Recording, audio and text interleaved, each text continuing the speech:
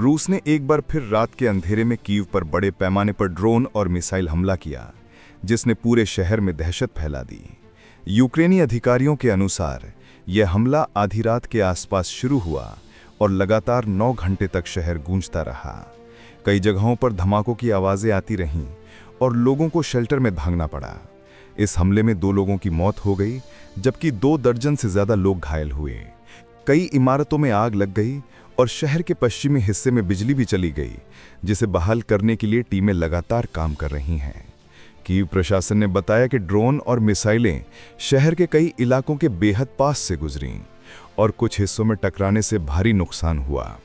Ukraine के विदेश मंत्री ने हमलों के बाद कहा कि रूस लगातार आम लोगों के घरों, ऊर्जा ढांचे और ज़रूरी संस्थानों पर वार कर रहा है। उनका कहना था कि दुनिया जहां शांति योजनाओं पर बात कर रही है, वहीं रूस इन हमलों से यूक्रेन को कमज़ोर करने की कोशिश जारी रखे हुए है। कई इलाकों से वीडियो सामने आए जिसमें रात भर आसमान में वायु रक्षा प्रणाली की आवाज़ें सुनाई दे रही थीं। कई जगहों पर बचाव दल को जलती इमारतों से लोगों को निकालना पड़ा। इसी बीच यूक्रेन की राजनीतिक हलचल भी तेज हो गई है।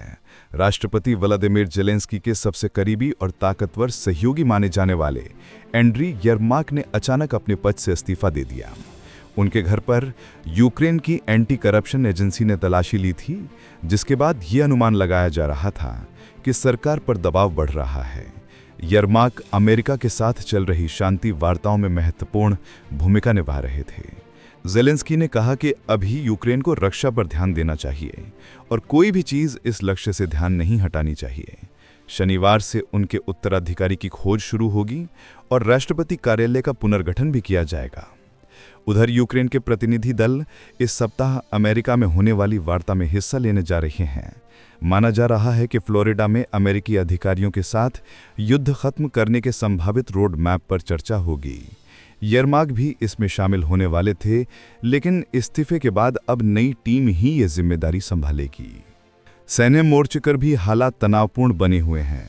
यूक्रेन के शीर्ष कमांडर ओलेक्जेंडर सर्स्की ने कहा है कि पूर्व उत्तरी शहर कोपयांस्क में यूक्रेनी सैनिक अभी भी अपनी पोजीशन पर टिके हुए हैं और रूसी दावों के बावजूद शहर पर पूरी तरह नियंत्रण नहीं छोड़ा गया है।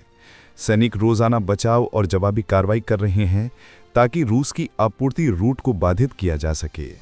सर्स्की ने बताया कि यूक्रेन की टुकड़ियां दुश्मन की गतिविधियों पर नजर रखे हुए हैं और मिलकर इलाके को स्थिर करने में जुटी हैं।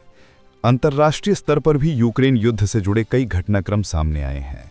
दक्षिण अफ्रीका के पूर्व राष्ट्रपति जेकब जुमा की बेटी पर आरोप लगा है कि उसने 17 दक्षिण अफ्रीकी पुरुषों को धोखे से रूस भेजा और उन्हें बताया कि वे बॉडीगार्ड ट्रेनिंग के लिए जा रहे हैं। इस मामले की जांच जारी है और उन्होंने सांसद पद से इस्तीफा देकर सहयोग करने की बात कही है। रूस में भी प्रभाव दिखाई दिया है।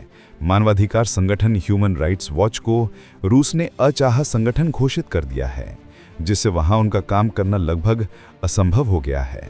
हालांकि संगठन ने कहा कि वो रूस में होने वाले मानवाधिकार उल्लंघनों की जांच दूरस्थ रूप से जारी रखेगा।